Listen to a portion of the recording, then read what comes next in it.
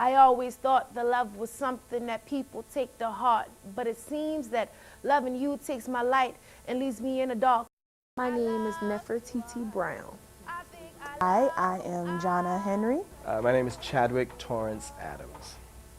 I am Seth Sykes. My name is Jack Drummond. My name is Ardencia Hall Karambe. My name is Gregory Thomas.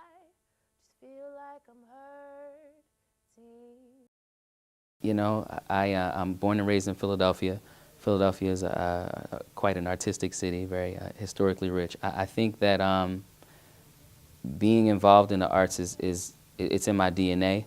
I've been involved ever since I've been a child, from singing or attempting to sing, you know, around my family members. I started off playing the xylophone when I was in elementary school and didn't really pay it that much attention. I know I always had an affinity for music and sound. I started playing the violin in middle school. It was just different. I was actually forced into the arts, I feel, because I was forced to play the piano as a kid, because I didn't really like it, and then it had to grow on me.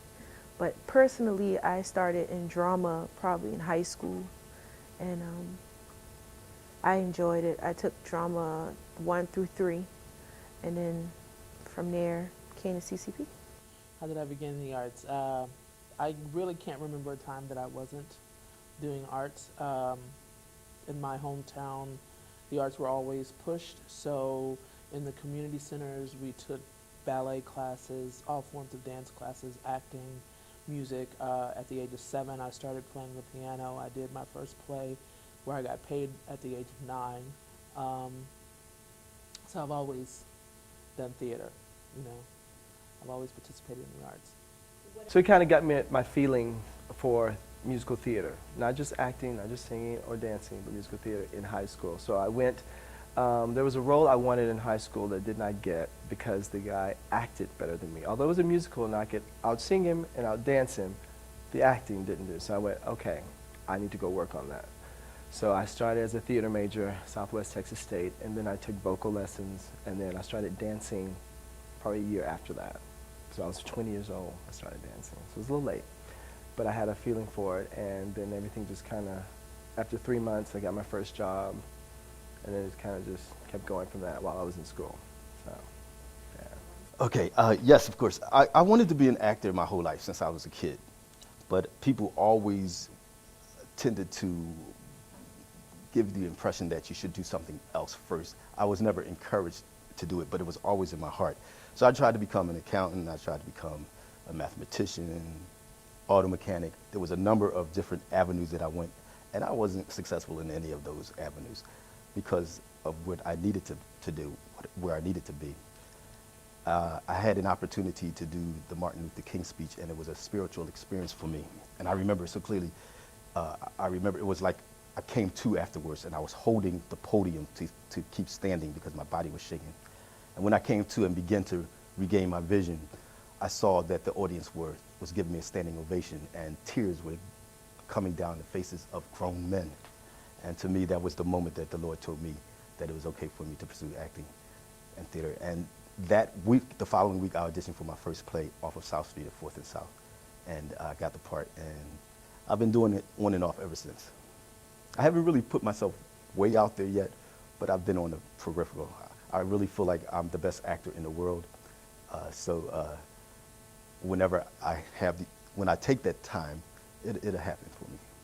I don't have much experience in the arts other than forced being in the Sunshine Band in church. I was forced to be in the choir. I was forced to be in all types of honors English classes to write, and I wasn't forced to be on praise team because that was just, I don't know, I really like that. I did piano for a few years, stopped. I did tap dancing for a few years, stopped. What I did stick with was sports, and then I realized I don't want to do professional athletics, anything. So I was just thinking about, like, what do I really want to do that's like kind of like would bring me back to life, and I started writing a lot. just, I guess, kind of mentally, I started thinking about some things, and I decided to go back to school and major in communications. Theater is what I'm doing right now. I packed up everything, drove out here to Pennsylvania, and this is where I'm at, working on being a part of the arts. I guess theater is just something that makes me feel alive, whatever it may be in theater. Is this supposed to be how it Was anything, and being feels? from 'Cause Texas, don't I never feel ran like into my any head. semi-prejudice or anything. It never happened, you know, really. There was only one thing, and that was the little musical in junior high school that in the end, me and the girl with the lead, we were supposed to kiss. And her father was like, I'm not having you do that. But at the time, I was like, I'm not doing that either. I'm so glad, thank you. So it's kind of a blessing in disguise as opposed to do anything else. But that was like the only thing that's ever happened to me. Well, I come from the school that 85% of society can act. That's why you see musicians turn actors, athletes turn actors. But it's the level of the performance that we're talking about, the greatness of it. So I don't really feel that there's these great obstacles. I feel that the opportunities are there, but you have to go and get them. They're not given to anyone. Well, maybe the wealthy, maybe the famous. But how do you get there unless you've done something to get you there? If you haven't, and if you're the kind of person that needs to have patience, then you have to wait for it to avail itself. Otherwise, if you have, you know, special access, then you can get there quicker. But I believe as an actor, it's in your heart. You can't stop this thing. You can put it on the side all you want. When I first went into ministry, my pastor said, how are you going to act and do ministry at the same time?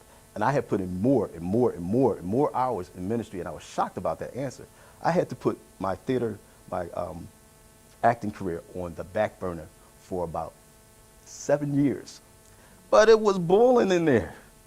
So when the first opportunity came, it came.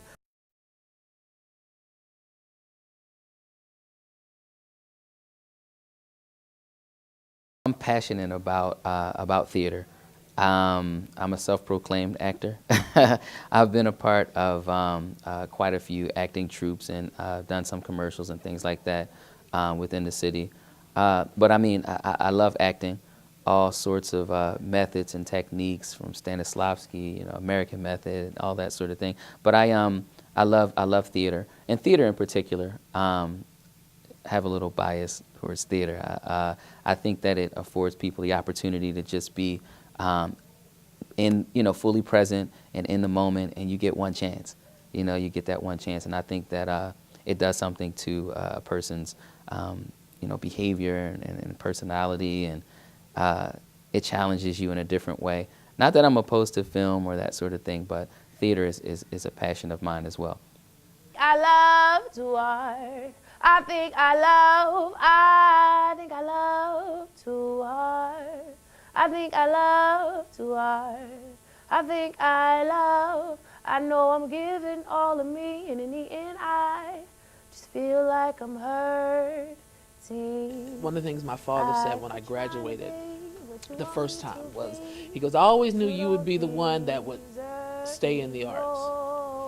And he says, just as long as you're able to feed yourself. You know what I'm saying? And so, and my thing is, I've been able to do the arts and feed myself.